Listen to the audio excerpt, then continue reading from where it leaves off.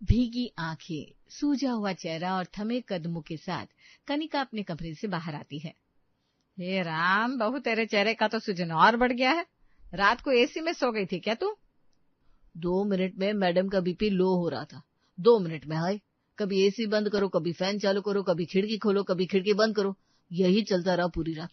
आंखें देखो कनिका की मम्मी, ना खुद सोई है ना मैं सो पाया। हाँ, तो अकेले ये भी तो माँ नहीं बन रही। अरे तू भी तो बाप बन रहा है। तेरे पीछे मैं भी तेरी माँ के साथ कई रातों जागा हूँ। तो तू भी थोड़ी मेहनत कर ले। बच्चे आने के पहले जितना सताता है उसके लिए प्यार उतना ही ज्यादा बढ़ता है। बिल्कुल ठीक कह रहे हैं तेरे पापा प्रियांशु। जा बहू, अब तू भी नाश्ता कर ले, उसके बाद आराम कर लेना। इन दिनों जितना आराम करेगी ना उतना अच्छा रहेगा। सभी कामवाली के हाथों के पराठे आराम से खा लेते हैं, पर कनिका से एक कोर पराठा भी खाया नहीं जाता। हाय, फिर से वही पराठा, ये तो गले के नीचे ही नहीं उतरेगा। नाश्ते में कुछ और है क्या संध्या? फ्रूट चाट बना दूं क्या भाभी? बच्चे की सेहत के लिए बड़ा अच्छा होता है। या फिर जूस बना दूं? नहीं नहीं, तुम मुझे बस एक एप्पल दे दो। सिर्फ एक एप्पल बहू? आजकल देख रही हूँ मैं, आधा पेट खाना खा रही है तू। मुझे पता है प्रेगनेंसी में जी मचलता रहता है, कुछ खाने पीने का मन नहीं करता, पर बच्चे की सोचकर खाना तो पड़ेगा ना। खाना नहीं खाएगी तो डॉक्टर दवाई दे देंगे। एक ग्लास दूध और एक सेब लेकर कनिका कमरे में चली जाती है। कुछ देर बाद बस एक और सेब खाकर और आधा ग्लास दूध पीकर सो गए कनिका। ये ठीक नहीं है, इतनी कमजोरी सेहत में कैसे चलेगी। अपनी बहू के कमरे से बाहर आकर शोभा हॉल में बैठ जाती है। काम हो गया है माँ जी, मैं अब निकलती है। हाँ ठीक है, और दोपहर में आज रहने दे संध्या, मैं ही कुछ बना लूंगी। क्या हुआ माँ जी, सब ठीक तो है ना? अरे बहू का तीसरा महीना चल रहा है, पर वो है कि कुछ खाना ही नहीं चाहती। लगता है हाथ बदले तो कुछ खा ले, बस वही सोच रही हूँ। अरे माँ जी, आप बेकार में टेंशन ले रही है। जब मेरा मुन्ना मेरे पेट में था तो जरा से भी भूख नहीं लगती थी। मुझे हर वक्त ऐसा लगता था जैसे पेट भरेला है। ये लक्षण बता रहा है कि आपको पोता होने वाला है। अरे पोता हो या पोती, बस स्वस्थ रहे, मैं यही चाहती हूँ संध्या। दोपहर के वक्त शोभा रसोई में दाल चावल भिंडी और बेसन की कढ़ी तैयार कर रही थी, तभी हॉल से आवाज आती है। अरे शोभा जी, कहाँ हैं आप?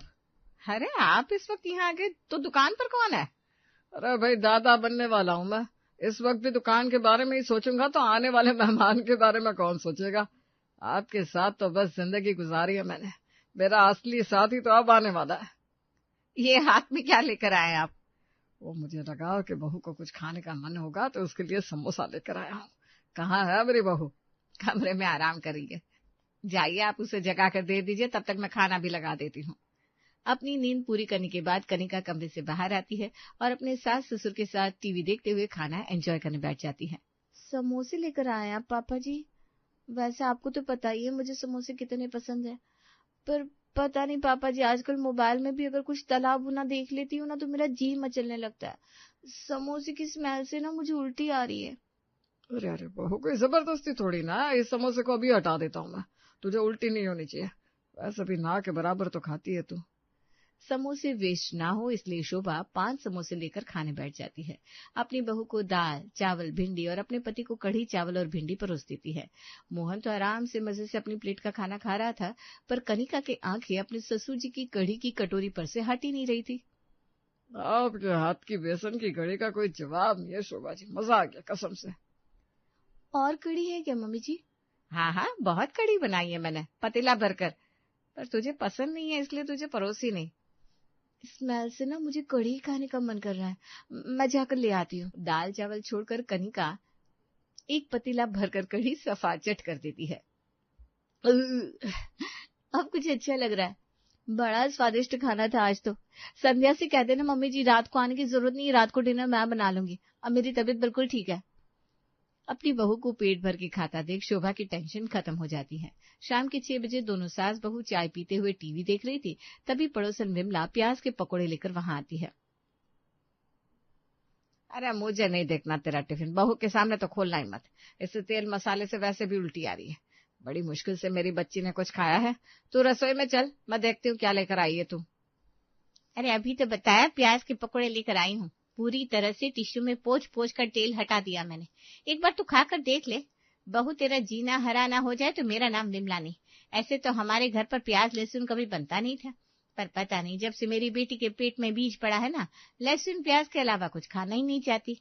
अब मेरे यहाँ आई हुई है तो प्याज के पकौड़े की फरमाइश करती मैडम ने तो बनाना तो पड़ेगा ना।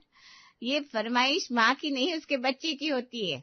अब नानी होकर इतना नहीं करती मैं, उसके लिए बनाया तो सोचा तेरे लिए भी लेती आऊं। आंटी जी ठीक कह रही है मम्मी जी, मैं टेस्ट करती हूँ, हो सकता है मेरे बच्चे को भी प्याज पसंद हो। प्याज के पकोड़े के ऊपर की कवरिंग हटा हटा कर कनिका अंदर से प्याज खाती है। प्याज का स्वाद ना मुझे बड़ा अच्छा लग रहा है आंटी जी, पर वही बात है ना, फ्राइड प्याज है, ज्यादा तेल मुझसे खाया नहीं जा रहा।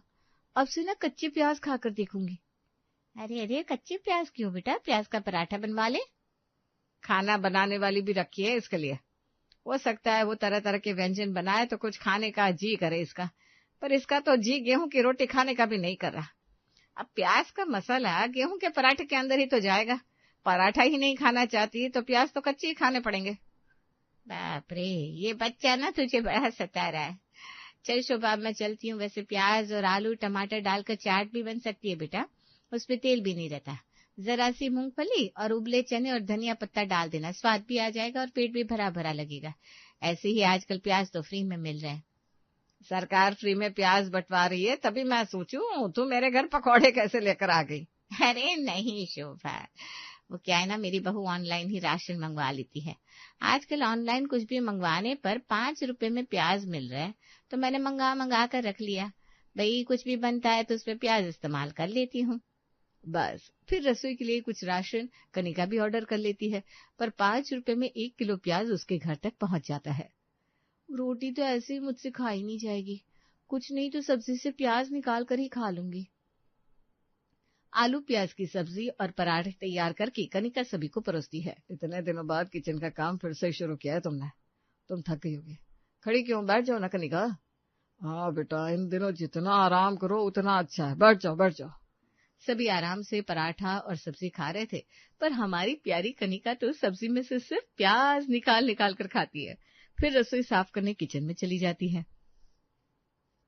तू एक बार इसे डॉक्टर को दिखा ले बेटा, दोपहर में बहू ने सिर्फ कढ़ी खाई और अब सिर्फ प्याज, ऐसे तो माँ के शरीर में ताकत ही नहीं रहेगी। बच्चे को ताकत चाहिए तो कहाँ से लेगा वो, माँ के शरीर से ही ना। एक बार डिलीवरी हो गई उसके बाद हड्डियों में दर्द रहने लगेगा बहू के। घर की बहू की पहली डिलीवरी, और उसमें इतने मूड स्विंग्स के पूरा घर परेशान हो चुका था। कनिका को कुछ भी खाना अच्छा ही नहीं लग रहा था। अपनी बहू की फिक्र करते हुए अगली सुबह शुभा पोहे तैयार करके सभी के लिए टेबल पर लगाती है।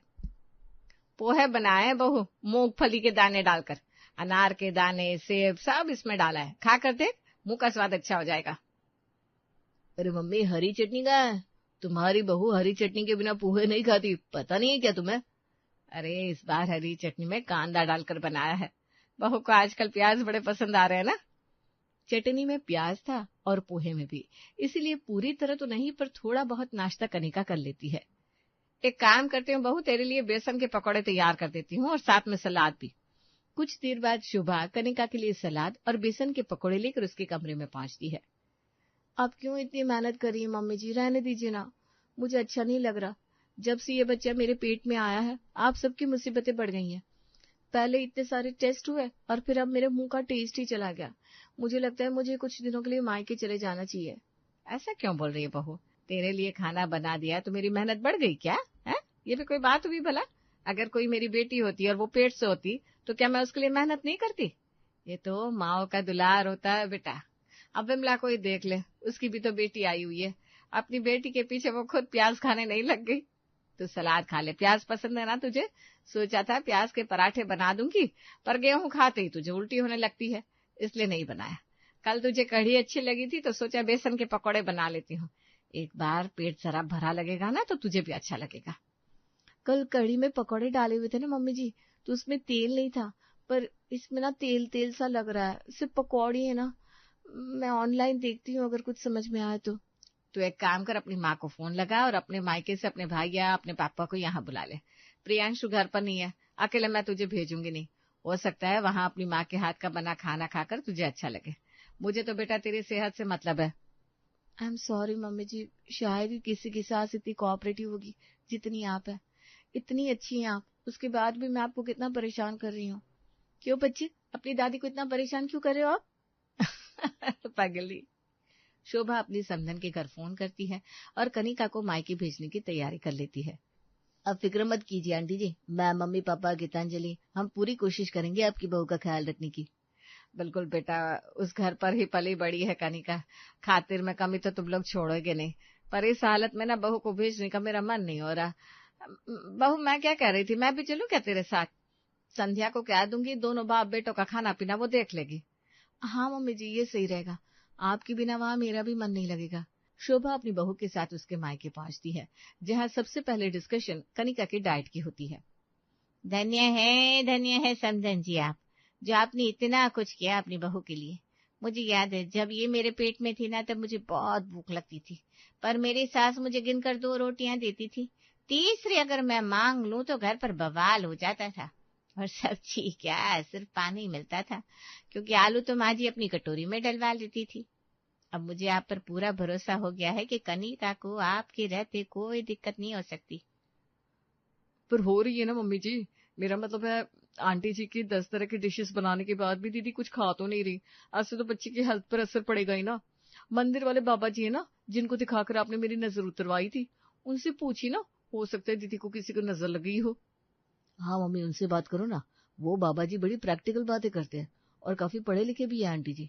कनिका और जीजू के रिश्ते की हामी भी उन्होंने ही भरी थी, और देख लीजिए कितना अच्छा ससुराल मिला है दीदी को। इस बात को सुनकर शोभा का भी विश्वास बाबा जी पर बढ़ जाता है और गीतांजलि बाबा जी को घर आने का न्योता देती है। ठीक है बेटा, पर मेरे लिए खाने का प्रबंध अच्छे से करना। अब बिल्कुल बेफिक्र रहिए बाबा जी, बिना प्याज लहसुन का बिल्कुल शुद्ध शाकाहारी खाना बनाऊंगी। रात को ही मैं रसोई साफ कर लूंगी। पर मैंने तो कहा ही नहीं कि बिना प्याज के खाना बनाना। हाँ, गेहूं के आटे का इस्तेमाल ना हो। कल मेरा मन बेसन प्याज के पराठे खाने का कर रहा है बेटा, वो बना पाओ तो मेरा आना संभव होगा, वरना नहीं। वो बाबा जी जो ज्यादातर फलाहार करते थे, आज बेसन प्याज के पराठे की बात कर रहे थे, वो भी बिना गेहूं के आटे की। पर अब बाबा जी ने कह दिया था तो गीतांजलि को करना ही था। रात के 8 बजे दरवाजे की घंटी बजती है। गीतांजलि दरवाजा खोलती है। जीजा जी, अंकल जी, आप दोनों यहाँ? हाँ भाभी, मोनिका को लेकर बहुत टेंशन हो रही थी मुझे, तो मैंने सोचा हम भी यहीं आ जाते हैं। अब फिक्र करने की जरूरत नहीं है जीतू, कल सुबह होते ही सारी टेंशन छू मंतर हो जाएगी। बाबा जी आ रहे हैं। हाँ बेटा, बताया शोभा ने, भगवान करे उनकी बात लग जाए और मेरी बहू ठीक से खाने लगे। गीतांजलि अच्छी तरह सफाई करती है और अपनी सास के साथ नाश्ते की तैयारी में लग जाती है। लगता है बाबा जी अंतर्यामी है मम्मी जी, पता नहीं उन्हें कैसे पता लग जाता है सब कुछ। आजकल ऑनलाइन प्याज 5 रुपए में मिल रहे थे, तो करण के मना करने के बाद भी इतने प्याज जमा कर लिए थे मैंने। 8-9 किलो प्याज हो गए थे। मुझे लग रहा था कहाँ इस्तेमाल करूंगी, और देखो बाबा जी ने खुद ही बेसन प्याज के पराठे मांग लिए। ऊपर से दीदी के ससुराल वाले भी आ गए, अब तो आराम से प्याज इस्तेमाल हो जाएंगे। जो लोग मेडिटेशन करते ना बेटा, उनको वैसे भी बहुत चीजों का अंदाजा लग जाता है। मुझे नहीं लगता ये प्याज वो खुद के लिए बनवा रहे हैं, पर अब कहा है तो कर ले तैयारी। गीतांजलि बाबा जी के साथ साथ दोनों परिवार के लिए बेसन प्याज के बिना गेहूं के पराठे तैयार करने लगती है। बेसन के साथ सूजी लेकर उसमें हरी मिर्च, धनिया, लाल मिर्च, नमक और प्याज डालकर गीतांजलि आटा गूंथकर साइड में रख देती है। तभी फोन की घंटी बजती है। तू बाहर जा बहू, देख बाबा जी का फोन होगा, मैं पराठे सेकना शुरू करती हूँ। गीतांजलि फौरन हॉल में जाती है और फोन उठाती है। क्या बाबा जी ने आने का प्लान कैंसिल कर दिया?